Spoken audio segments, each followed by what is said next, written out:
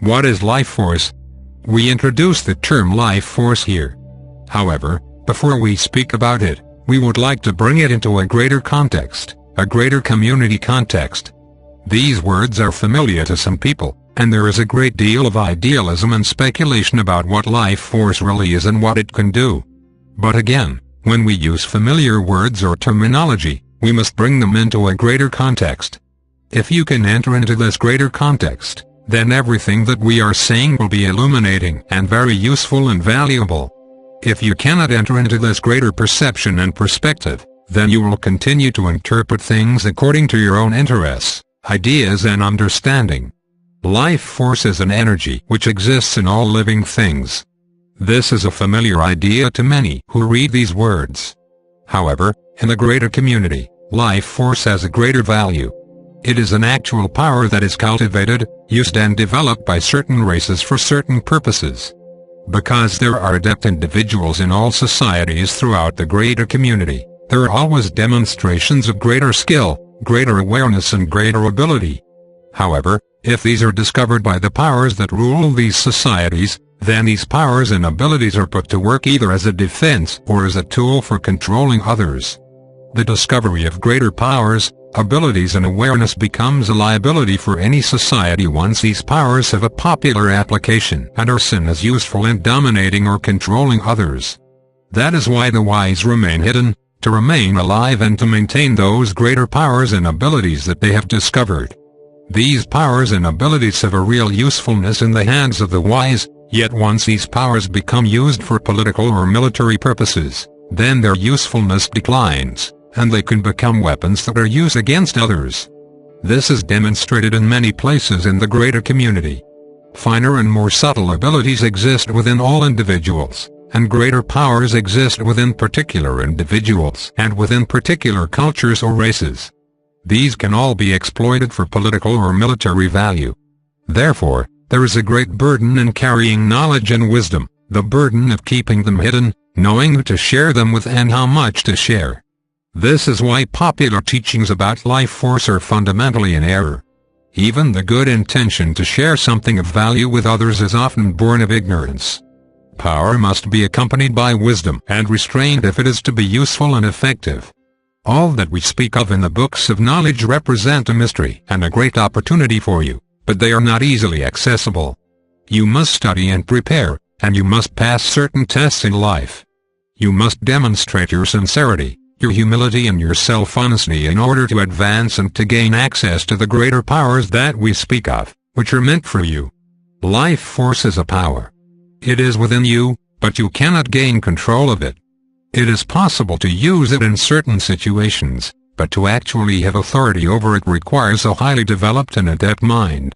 This is important because in physical life you have the potential for power, ability and awareness.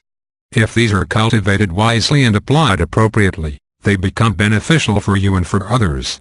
However, if they are used for other purposes, if they are used for defense or if they are used for conquest, manipulation or control, then in essence they become evil, something that is inherently destructive and counterproductive to the greater purpose of life, which is bringing all beings towards union and realization. Life force is important because it represents part of your experience of being in the world. It is a power that runs through your body. It is neutral. It is neither inherently good nor bad.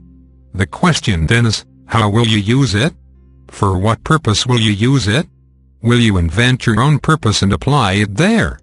Will you justify your attempt to harness it based upon your own high ideals, your great thoughts or your altruistic ambitions? If so, it will elude you and deceive you. It will corrupt you and work against you. We speak of life force here because it represents power in the world. And what we have to say about the discovery and cultivation of this power applies to all forms of power in the world. Life force can be harnessed and directed. It is neutral, so it does not have a will. If it is cultivated according to the guidance of knowledge, the greater knowing mind within you, then like all forms of power, all abilities, and all forms of awareness, it will find a good purpose here. Here you must stop and ask yourself these questions. Why do I wish to know about this? What does it mean for me? What are my ambitions regarding it? Am I willing to train and prepare slowly and gradually in order to find these greater abilities that are being spoken of here? Ask yourself these questions, but do not give a ready answer.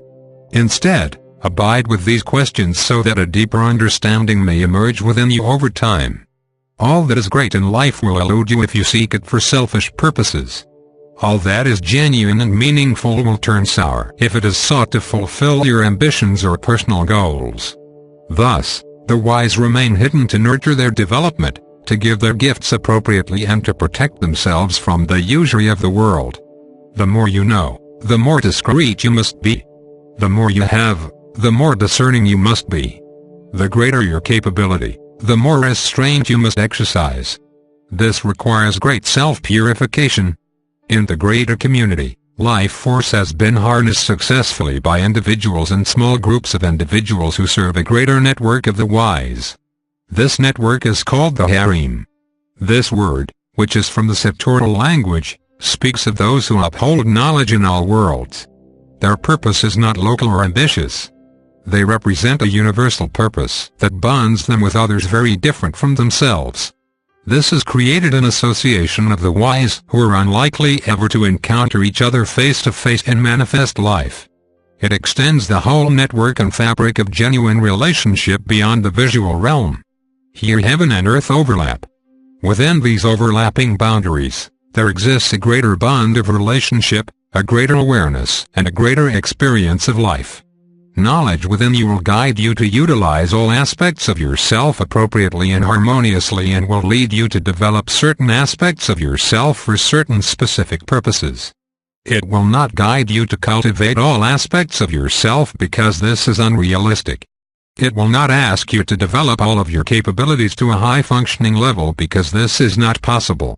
However, it will direct you to develop certain inherent abilities and certain skills that are relevant to your specific purpose in the world at this time.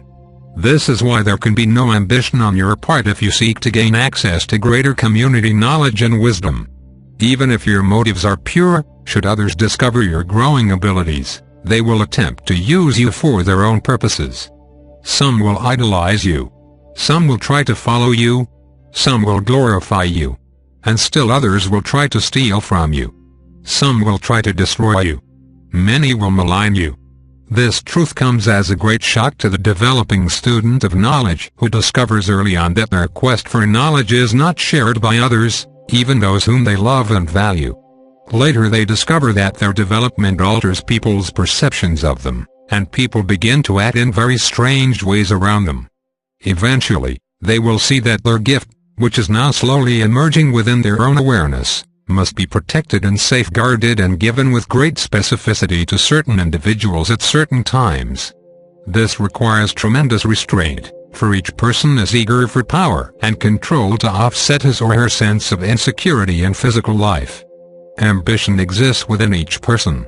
Within the student of knowledge, it must be discovered and arrested in all of its manifestations. It is not power that you must focus on. It is your approach to power. It is not your abilities that you must claim. It is your understanding of them that must be cultivated. Once this has been accomplished, and this indeed may take a great deal of time, then things can be given to you. Then they will bear fruit within you, and they will find their rightful recipients within the sphere of your relationships. You will give to some and not to others. You will speak to this person but not to that person. You will give your gift here but withhold it elsewhere. This understanding is not comprehensible to the casual observer or even the critical observer, for they see things only according to a set of assumptions which they themselves have not challenged or faced. Life force within you can exert an actual physical effect. It can have an impact in the physical environment. In the mental environment, it can take the form of thoughts, forces of energy, powerful and self-sustaining ideas, and so forth. It is a power. Life force is not the same as knowledge because life force is not intelligent. It is like clay, you shape it, you form it and you use it for specific purposes. It is subtle, so most people are unaware of it. It is pervasive, so it is very effective. It is everywhere, so it can be harnessed and used. It abides in all living beings, so its application is universal. Should you be directed to develop life force within yourself, you will have to learn great restraint. It will turn against you if you use it for selfish purposes to fulfill your goals or ambitions. Here it will turn against you even if you want to use it to help humanity. Unless knowledge is your guide, your counsel and your restraint, you will create discord, confusion, despair and failure. You cannot use the power of the universe for personal reasons and hope to achieve anything of real merit or value. This is a truth that is universal. It affects all intelligent beings everywhere. With power and control come great responsibility and the need for restraint.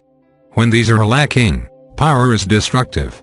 When these are present, power carries on a greater and more beneficial effort that can have great and lasting impact wherever it is applied. Should you become a real student of knowledge, you will begin to feel things consistently that you only rarely felt before. You will be able to experience life on a more subtle level as you prepare in steps to knowledge. Here you will need true instruction because you will need to identify and clarify your ambitions, both those that are known to you and those that will emerge within you as you develop. Here temptation can be very great. Here you cannot teach yourself. Here you must give yourself to your instructor and trust your instructor to guide you and to prepare you, to hold you back and to send you forward.